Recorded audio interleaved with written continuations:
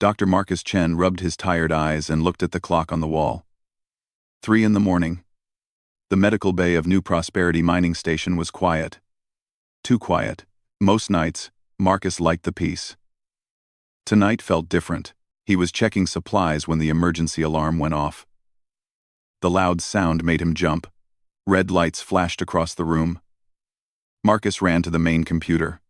Emergency signal detected, the computer said in its calm voice. Unknown craft crashed in asteroid field 7. Distress beacon active. Marcus frowned. Ships didn't usually come this far out. New Prosperity was at the edge of human space. Nothing but rocks and mining equipment for light years. Computer, what kind of ship? Marcus asked. Unknown design. Signal pattern not in database. That was strange. Marcus had worked on the frontier for 10 years. He knew every human ship design. Maybe it was a smuggler with a custom ship. Or worse, pirates. The main door opened. Captain Sarah Walsh walked in fast. Behind her came 2 security guards carrying a stretcher. "Doc, we need you now," Sarah said. Her face was pale. "This is not what we expected." Marcus looked at the stretcher. A body lay under a white sheet. But the shape was wrong. Too tall. Too thin. "What did you find out there?" Marcus asked. Sarah pulled back the sheet. Marcus stepped backward. He had seen many things in his years as a doctor. He had never seen anything like this. The being on the stretcher looked almost human. Almost. Her skin was pale blue. Like winter sky. Thin silver lines ran across her face and arms in patterns. They looked like tattoos, but they glowed softly. Her hair was white as snow. She was taller than any human, maybe 7 feet. But what made Marcus stare was her clothes. She wore armor that looked expensive. Very expensive. The metal was black, with silver designs. On the chest was a symbol Marcus had seen before in intelligence reports. His blood went cold. "Is that the Veltar Empire symbol?" Marcus asked. Sarah nodded. "That's what I thought too. Doc, I think this is one of them. One of our enemies." Marcus moved closer to the alien. She was breathing, but barely. Her chest rose and fell very slowly. Strange blue blood came from cuts on her arms and face. "Her life signs are failing," Marcus said, reading the medical scanner. "Whatever she is, she's dying." The Veltar Empire had been humanity's greatest fear for 50 years.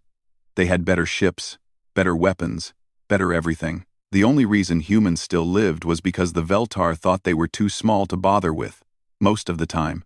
"Maybe we should let her die," one of the guards said. "Less problems for us." Marcus looked at the dying alien. She was young, maybe the same age as his sister back on Earth. Her face looked peaceful, even in pain. The silver lines on her skin were getting darker. "No," Marcus said. "I'm a doctor. I save lives." "Doc, think about this," Sarah said. "If the Veltar find out we have one of their people, they might blame us for the crash. They could attack the station." Marcus understood the fear. The Veltar had destroyed entire human colonies for smaller reasons. But he looked at his medical oath on the wall. The words were simple. First, do no harm. 2, Captain, I need to examine her, Marcus said. "Can you give me some space?" Sarah looked unhappy. But she moved back. Marcus turned on the medical scanners and pointed them at the alien. The readings were strange. Her heart had 4 chambers instead of 3 like humans. Her blood was copper-based, not iron-based. Her body temperature was lower than humans. But the most important thing was clear. She was dying fast. "Computer, what's killing her?" Marcus asked. "Radiation poisoning. Subject's blood proteins are breaking down. Estimated time until death, 47 minutes. Marcus looked through his medical supplies. Nothing was made for alien biology. Everything was designed for humans. He had medicines that might help humans with radiation. But would they work on her? The alien's eyes opened. They were the color of gold. She looked around the room, confused and afraid. When she saw Marcus, She tried to sit up. "Easy," Marcus said, holding up his hands. "You're safe." She said something in a language he didn't understand. Her voice was musical, like singing. But Marcus could hear the pain in it. "Computer, can you translate?" Marcus asked. "Language not in database," the computer replied.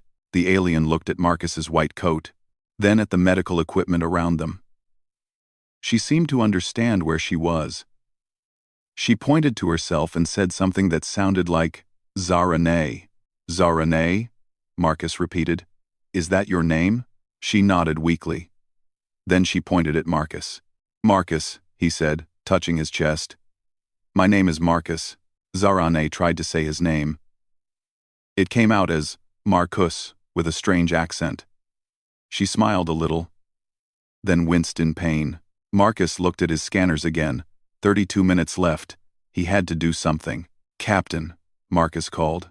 "I need to try something. Can you have your guards wait outside?" "What are you planning, Doc?" "I'm going to try to save her life." Sarah looked at the alien, then at Marcus. "You know this could cause a war, right?" Marcus looked at Zarane. The silver lines on her skin were almost black now. Her breathing was getting slower. "Captain, she's just a person. A person who needs help. That's all I see." Sarah was quiet for a long moment. Then she nodded. "Okay, Doc. But if the Veltar come looking for her, we're all in trouble." After everyone left, Marcus was alone with Zarane. He had 28 minutes to figure out how to save the life of his enemy. He looked at her dying form and made a decision that would change everything. Marcus stared at the medical computer screen. 26 minutes until Zarane died. The readings were getting worse every second. Her copper-based blood was breaking down from radiation poisoning. All his human medicines were useless. He ran his hands through his hair and thought hard. There had to be something. Some way to help her. "Computer, show me the comparison between human blood and her blood," Marcus said. The screen split in two. On the left was human blood. On the right was Zarane's blue blood. Marcus studied both sides carefully. "Computer, are there any similarities?" "Both species use blood cells to carry oxygen. Both have white cells to fight infection. Both have platelets to stop bleeding." Marcus felt a tiny bit of hope. "What about the differences?" "Human blood uses iron-based proteins.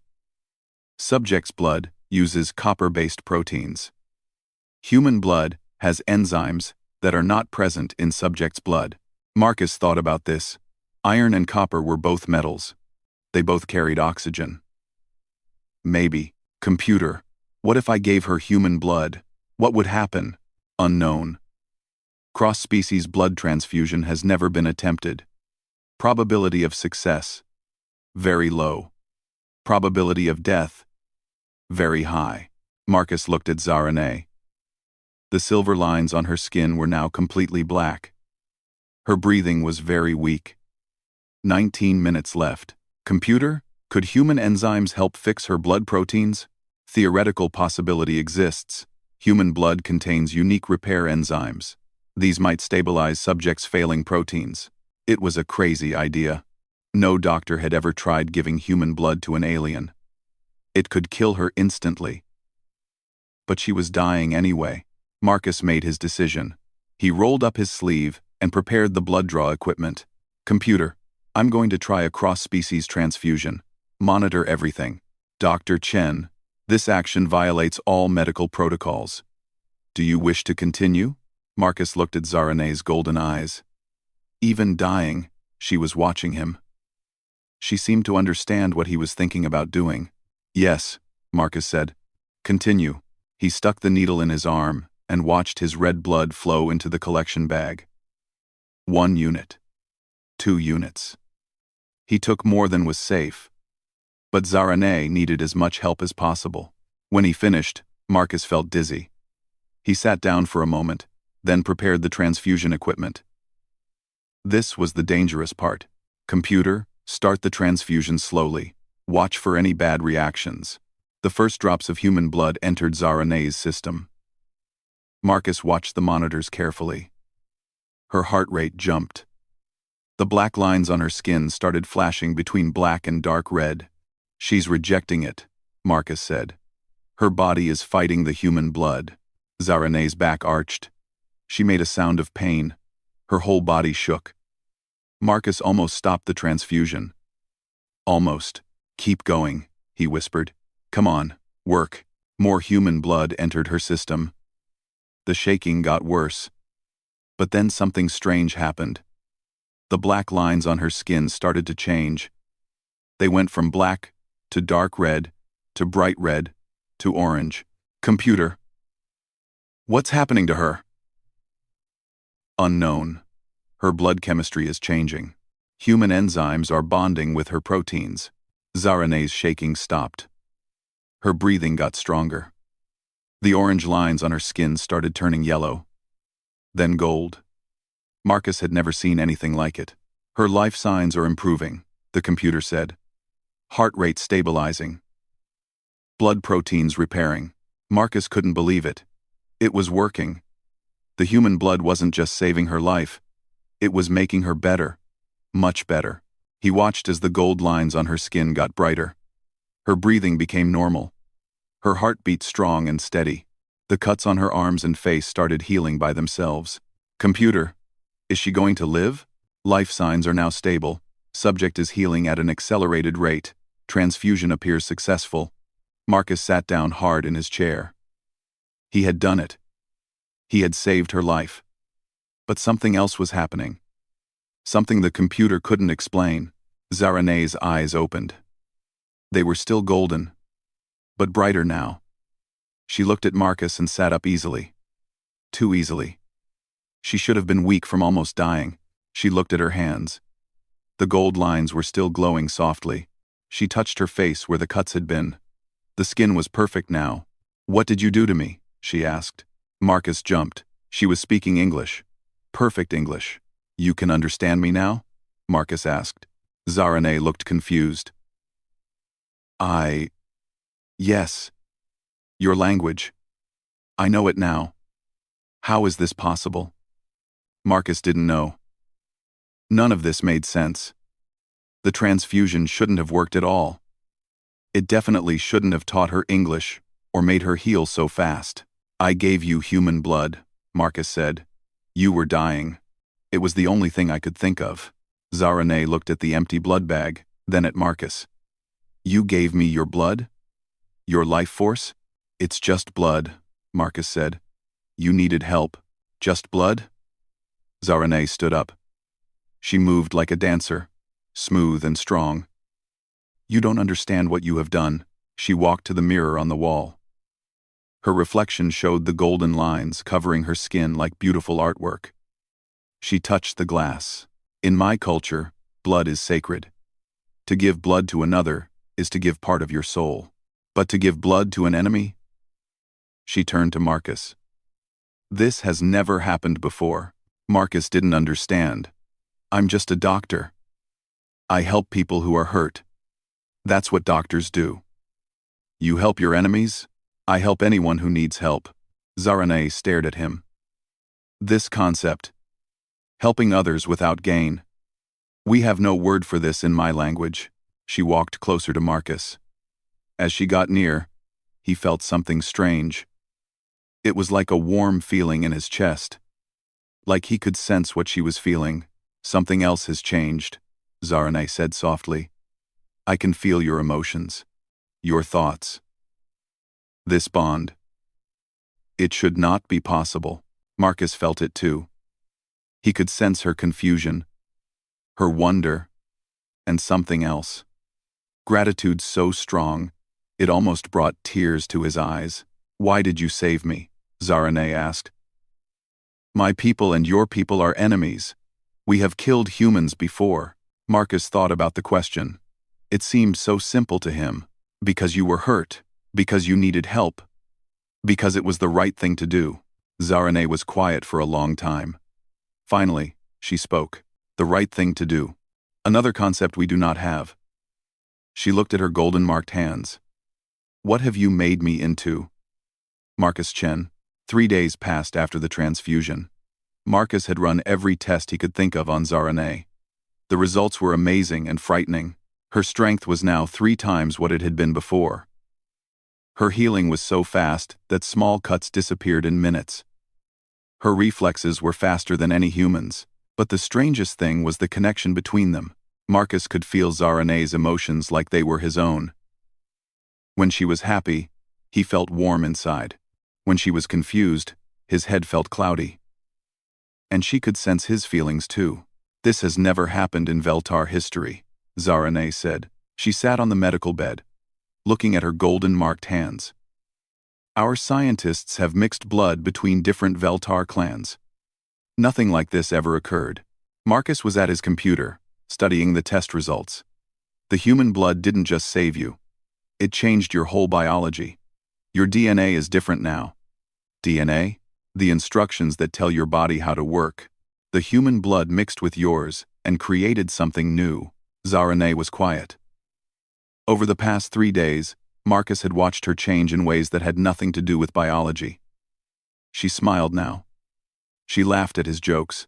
She asked questions about human life, human emotions, human culture. "Marcus," she said, "can you explain love to me?" Marcus looked up from his computer. "Love? Your mind often thinks about this concept. I feel it when you think of your family on Earth. But my people, we do not have this. How can you not have love? Veltar relationships are arrangements.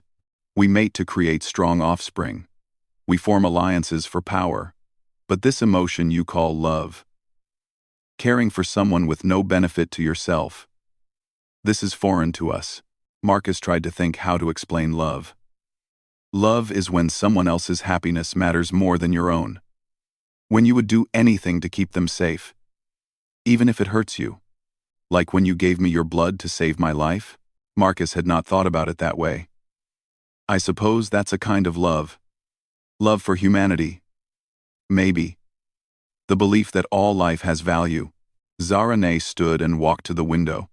Outside, the stars sparkled in the darkness of space. "Your blood has given me the ability to feel this emotion. But it frightens me." "Own one." "Why?" "Because my people will see it as a weakness. In Veltar culture, emotions are flaws to be removed. Our royal family undergoes genetic modifications to suppress feelings. We are taught that logic is perfection." Marcus joined her at the window.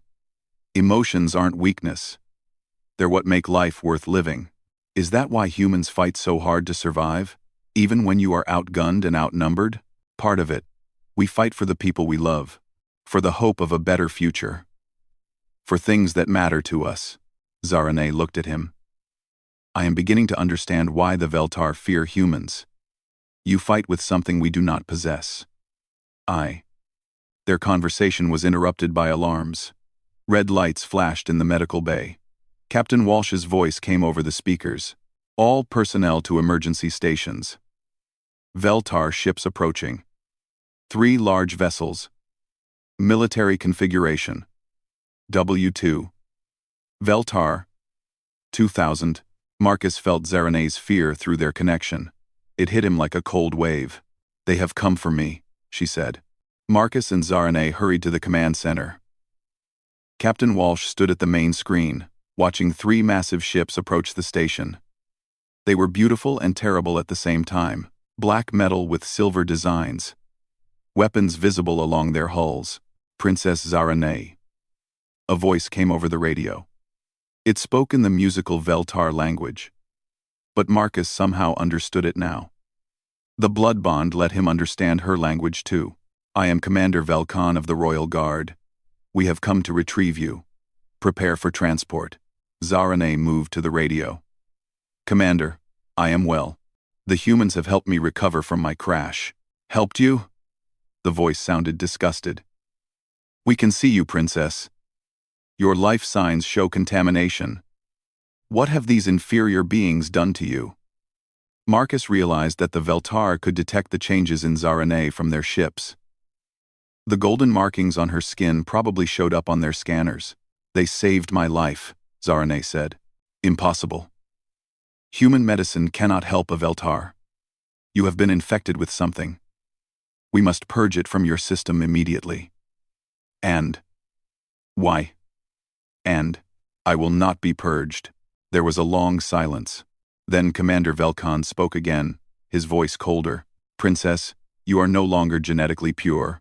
The golden markings indicate severe contamination. You cannot return to the Empire in this condition. What are you saying? By order of the Emperor, your father, you are to be cleansed, or terminated.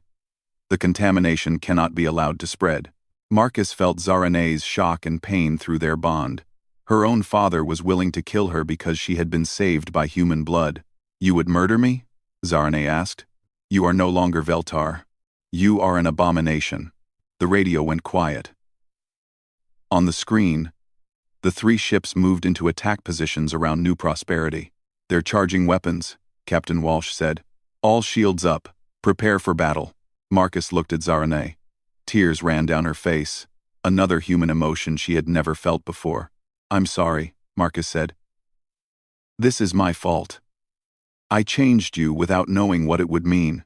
Zarane wiped her eyes and looked at him. Through their bond, Marcus felt her sadness change to something else. Determination, strength, and something new. Protective love for him and the humans who had shown her kindness. No, she said. You gave me a gift. You showed me what it means to care for others. To help without expecting anything in return. To love. She turned to Captain Walsh. Captain, I request permission to help defend this station. You want to fight your own people? They are not my people anymore. My people are here now. The beings who saved my life when they had every reason to let me die. Marcus felt the truth of her words through their connection. The human blood hadn't just changed her body. It had awakened her capacity for loyalty, friendship, and self-sacrifice. What can you do against 3 warships? Captain Walsh asked. Zarane smiled. It was not a pleasant smile. Commander Velkan is about to learn that contamination can be very dangerous indeed. Through the bond, Marcus felt Zarane's new abilities awakening. The human blood hadn't just enhanced her healing and strength. It had given her access to human technology in ways no one had imagined. The battle for New Prosperity was about to begin. The first attack came without warning. Veltar energy weapons lit up the darkness around New Prosperity Station. The shields flashed bright blue as they absorbed the hits. Return fire, Captain Walsh ordered. Human weapons shot back at the 3 Veltar ships. But Marcus could see it was hopeless. The enemy ships were bigger, faster, and had better shields. New Prosperity was just a mining station with basic defenses. Captain, Zarane said. Let me help. What can you do? Zarane moved to one of the control panels. When she touched it, the golden lines on her skin glowed brighter. The computer screen changed, showing information in both human and Veltar languages. The human blood gave me more than emotions, she said. It allows me to interface with your technology in ways that should be impossible. Amamamama, she said. Marcus watched through their bond as Zarane's mind connected with the station's computers. She could see the Veltar attack patterns, predict their moves, and coordinate the human defenses with perfect timing. Incoming missiles, she said. Firing defense lasers now. The station's weapons moved with new precision. Every shot hit its target. The Veltar missiles exploded harmlessly in space. Commander Velkan's voice came over the radio again. Impossible. How are these primitives matching our tactical systems? Through their connection, Marcus felt Zarane smile. She was enjoying this. Captain Walsh, she said. I can do more than defend. I know every weakness in Veltar ship design. But I need access to the station's main weapons. Done, Walsh said. All weapons are under your control. Zarane's golden markings pulsed as she took control of every gun, missile, and defense system on the station. But more than that, Marcus realized she was accessing his memories too. All his knowledge of human military tactics, medical procedures, and scientific information was flowing through their bond into her mind. The battle changed instantly. The human weapons began firing in patterns the Veltar had never seen before. Instead of trying to match superior technology, Zara-Nay used human creativity and unpredictability. One moment the station would fire everything at a single ship. The next moment it would split fire between all 3 targets. Sometimes it would stop shooting completely, making the Veltar think the defenses were down, then hit them when they moved closer. "She's using human psychological warfare," Captain Walsh said with amazement. "Making them angry so they make mistakes." It was working. Commander Velkan's ship moved too close to the station, trying to finish the fight quickly. Zara-Nay hit it with everything they had. The Veltar ship's shields failed, and its engines went dark. "Commander Velkan," Zara-Nay spoke into the radio. "Your ship is disabled. Surrender and I will let you live." "Never. I will not surrender to an abomination. Then you will die with honor. Just like your soldiers when I destroy your other ships." But Marcus felt something else through their bond. Zara-Nay didn't want to kill these Veltar. The human emotions in her made her want to save lives, even enemy lives. She was fighting to protect, not to destroy. The battle continued for an hour. One by one, Zara-Nay disabled the Veltar ships without killing their crews. When the last ship stopped moving, the space around New Prosperity was quiet. "Attention Veltar vessels," Zara-Nay broadcast. "You came to kill me because I was contaminated with human genetics. You have now seen what that contamination can do. Your choice is simple. Die here in space, or listen to what I have to say." Commander Velkan responded first. "Speak, abomination. My name is Zara-Nay. I am still Veltar, but I am also something new, something better. The humans did not weaken me. They awakened parts of me that our people forgot long ago." Marcus watched through their bond as Zara-Nay transmitted data to the Veltar ships. She was showing them her medical scans, her enhanced abilities, her connection with human technology. "Impossible," one of the other ship commanders said. "These readings show abilities beyond any Veltar.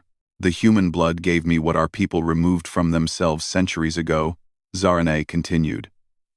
"The ability to feel compassion, to sacrifice for others, to fight not just with logic, but with love."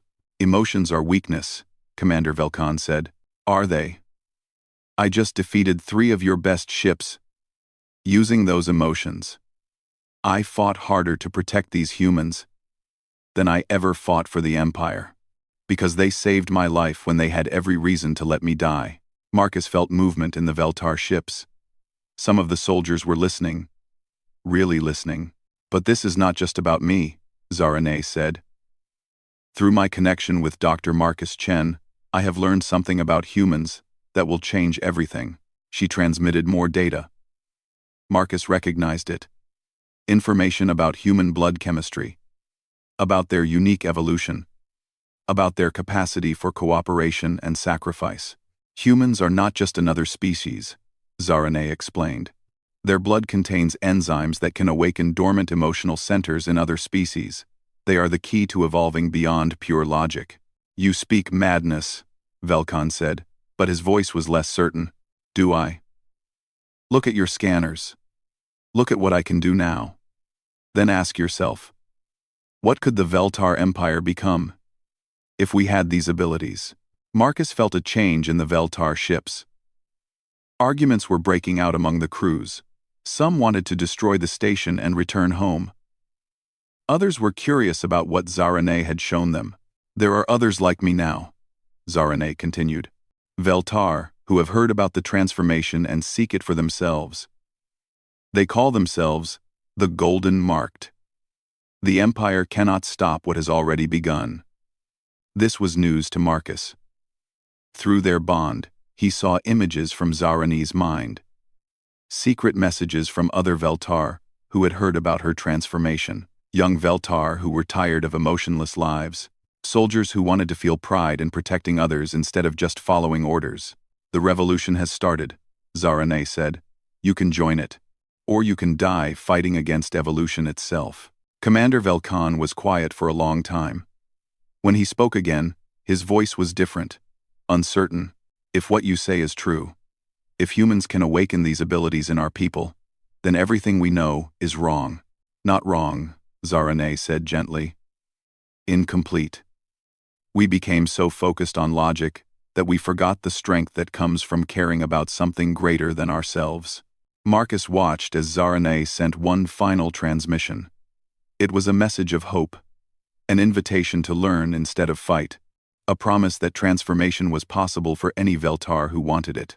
I am returning to Veltar space, she announced. Not as your prisoner, but as someone who will show our people what they can become. Anyone who wishes to join me is welcome. One by one, the Veltar ships powered down their weapons. Commander Velkan spoke last. Princess. Zarane, I do not understand these feelings you speak of. But I have seen what they can accomplish. Perhaps it is time for the Veltar to evolve. The battle was over.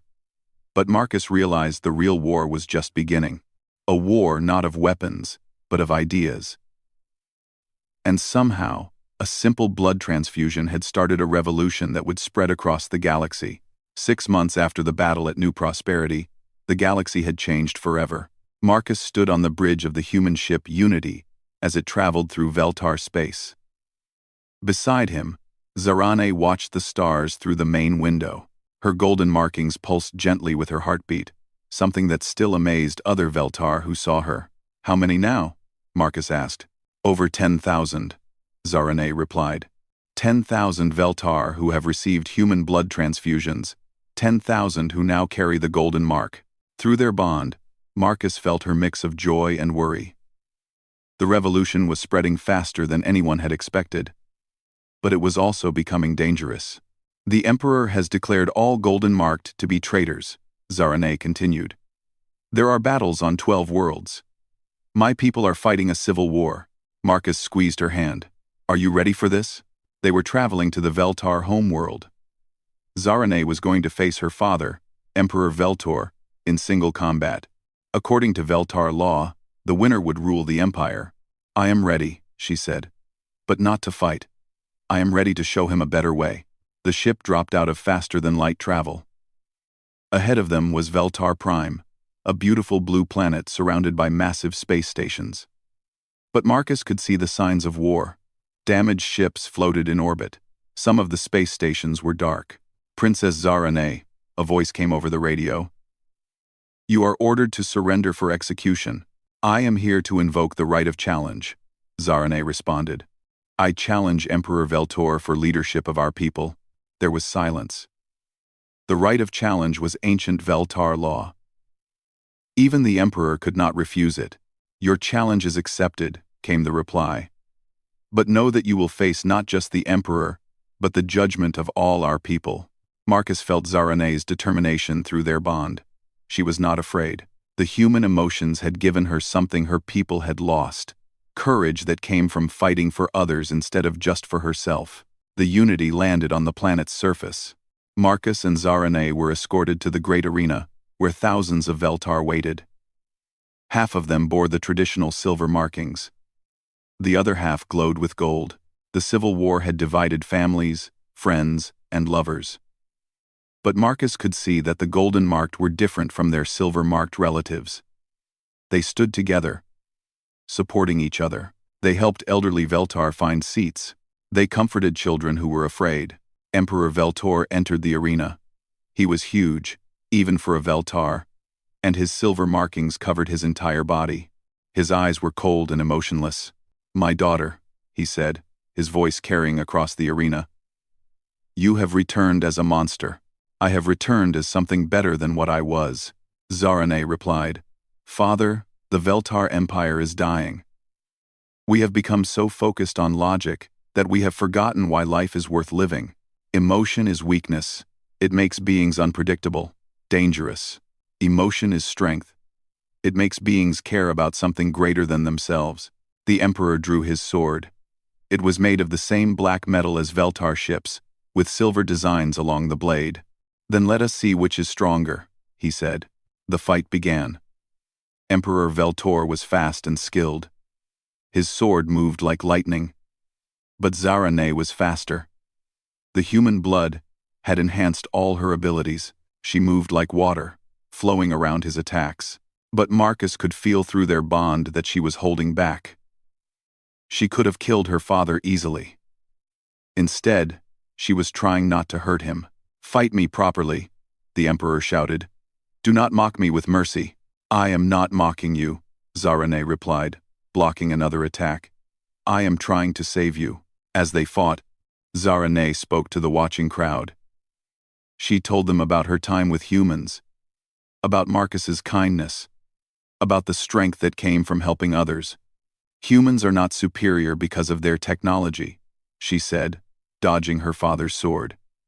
"They are superior because they care about each other. Even their enemies." Some of the silver-marked Veltar were listening. Marcus could see doubt in their faces. The fight continued for an hour. Emperor Veltor was getting tired. Zarane was still fresh. Finally, she saw her chance.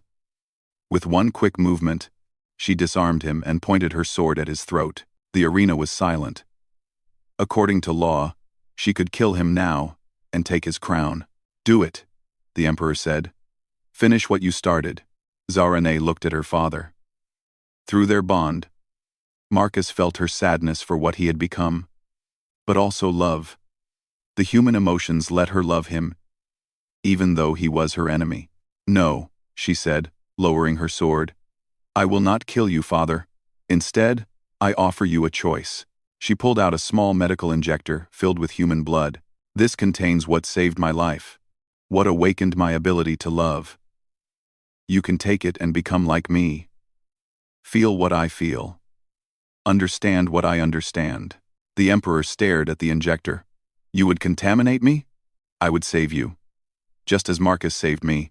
Emperor Veltor looked around the arena. Half the crowd was golden-marked now. His own soldiers were divided.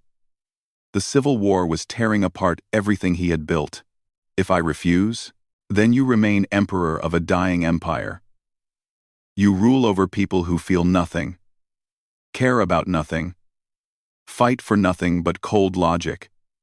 And eventually, you will lose everything." Marcus held his breath. This was the moment that would decide the future of the galaxy. Emperor Veltor reached for the injector. His hand shook slightly. "Will it hurt?" he asked. "Yes," Zarane said honestly. "Feeling emotions after so long without them is painful. But it is worth it." The Emperor looked at his daughter. For the first time, Marcus saw uncertainty in his cold eyes. "Show me," he said. Zarane injected the human blood into her father's arm. The effect was immediate. The silver lines on his skin began to change color, just as hers had months ago. He fell to his knees as emotions he had never felt flooded through him. Marcus watched through his bond with Zarane as the Emperor experienced love for the first time. Love for his daughter. Love for his people. Regret for all the pain he had caused. Tears ran down Emperor Veltor's face as golden lines spread across his skin. "My daughter," he whispered. "What have we become? What have I done to our people?" Zarane knelt beside him. "We became lost, father. But now we can find our way again." The Emperor stood slowly. When he spoke again, his voice was full of emotion. "Citizens of the Veltar Empire," he announced, "I declare an end to the civil war. From this day forward, any Veltar who wishes the transformation may receive it freely. We will no longer fight change, we will embrace it." The arena erupted in celebration. Golden-marked and silver-marked Veltar embraced each other. Families were reunited. The war was over, but Marcus knew this was just the beginning. News of what had happened would spread across the galaxy. Other species would come to human worlds, seeking the same transformation. Humanity was no longer seen as a primitive species. They were now the most important species in the galaxy, not because of their weapons or their technology, but because of their unique ability to awaken love and compassion in others. Marcus looked at Zarane as she hugged her father. Through their bond, he felt her happiness and hope for the future. It had all started with a simple choice. A human doctor who chose to help someone who needed it, Regardless of who they were or where they came from, one act of kindness had changed the galaxy forever. And Marcus realized that this was humanity's true gift. Not the ability to fight or conquer, but the ability to love without limits. The revolution was complete. The age of pure logic was ending. The age of emotion and compassion had begun. And it all happened because one human believed that every life had value, even the life of an enemy.